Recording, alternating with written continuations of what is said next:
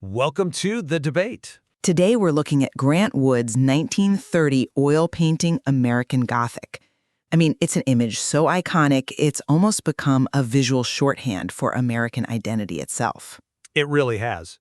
Instantly recognizable, absolutely. And yet its actual meaning still profoundly unsettled, wouldn't you say? It's a painting about the American Midwest that, upon its debut, immediately made quite a few Iowans, well, furious. Exactly.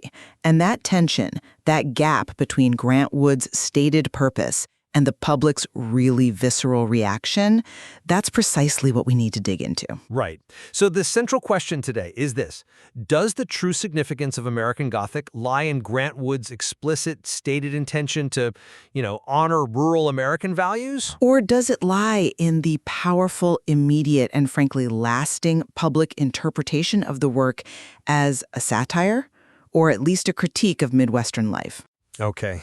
So I'll be arguing for centering the artist's stated purpose here, that this was intended as an image of homage and reassurance, particularly viewed through the lens of regionalism, which Wood championed. And I'll be arguing that the painting's monumental impact derives primarily from its inherent ambiguity and its utility, really, as a sharp social critique, almost regardless of what Wood claimed his original intention was.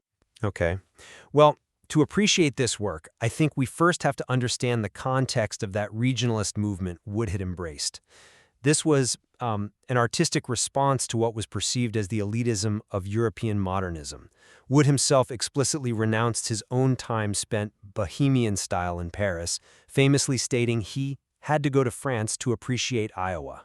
Really, especially during the economic turmoil of the Great Depression. Wood later confirmed in a letter that the figures, a farmer and his grown-up daughter, not his wife as many assume, were meant to be depicted as survivors, paying homage to the underlying moral and physical strength of the rural community in a time of real national disillusionment. Okay. And furthermore, the stylistic choices Wood made were, I believe, designed to elevate his subjects, not to mock them. The rigid frontality, the meticulous detail, it clearly emulates 16th century Flemish masters. A style known for its dignity, its gravity, its permanence. Wood wanted the family to look like figures from, and this is his quote, "tintypes from my old family album," giving this unassuming Midwestern scene a real sense of history. He protested that initial backlash pretty strongly, maintaining he hadn't painted a caricature, and that resentment often came from those who felt, as he put it, they resembled the portrayal. See, I just can't accept the idea that we prioritize the artist's, well, let's be frank, possibly self-serving protestations after the fact, over the painting's immediate and quite chaotic reception. When it was first reproduced in the Cedar Rapids Gazette, Iowans reacted with fury. They were outraged at being depicted as these pinched, grim-faced, puritanical Bible thumpers. That immediate, visceral rejection confirms the work functioned as sharp social commentary, challenging local identity, no matter what Wood later claimed he meant.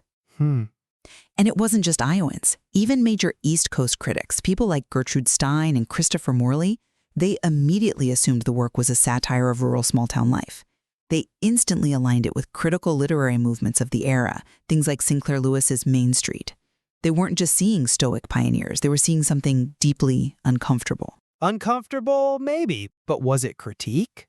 I think the visual elements themselves push us toward critique or even tragedy, challenging that simple notion of homage. You have art historian Trip Evans interpreting the image as an old-fashioned mourning portrait.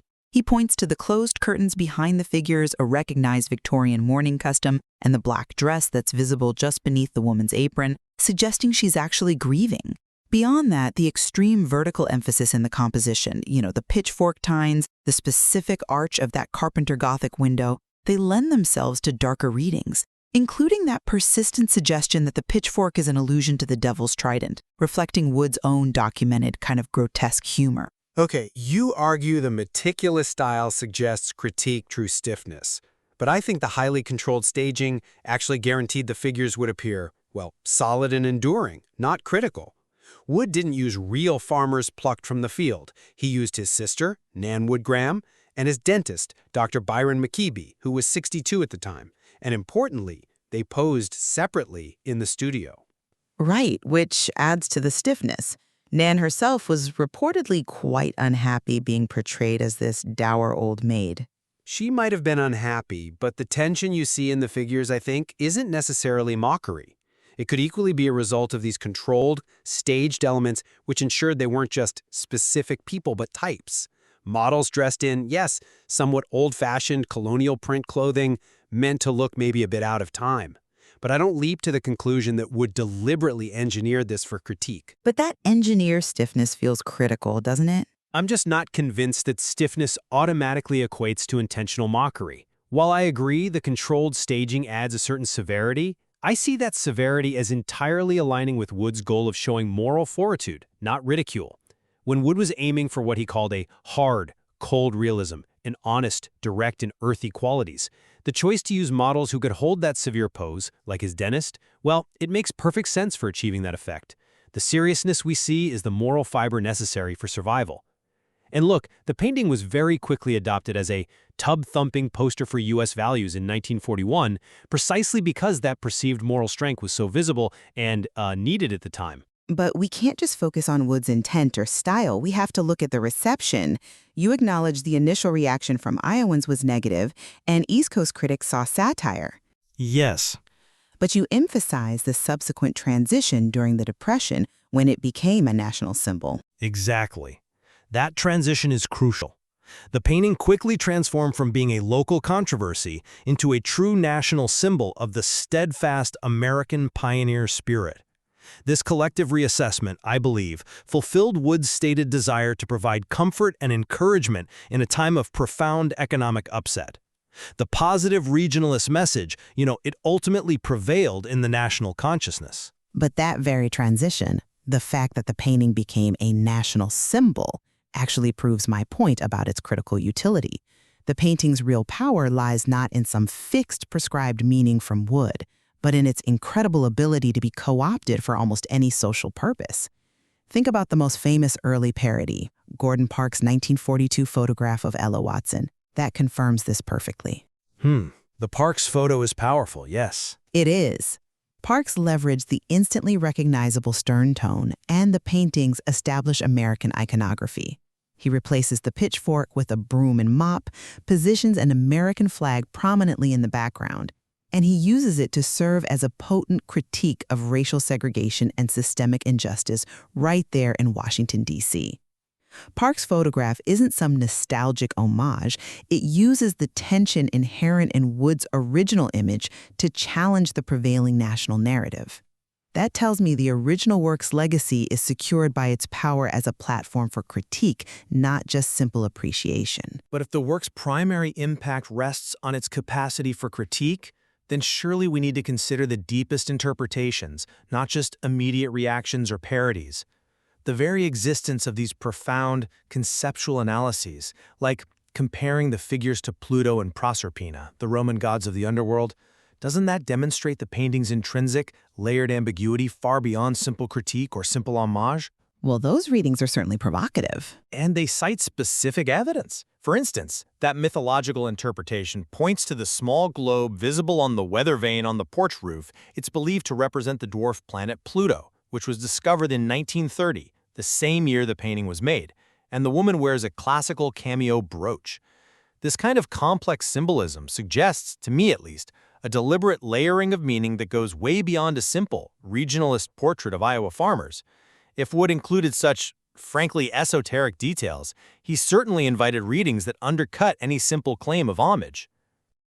Okay, well, those readings are fascinating.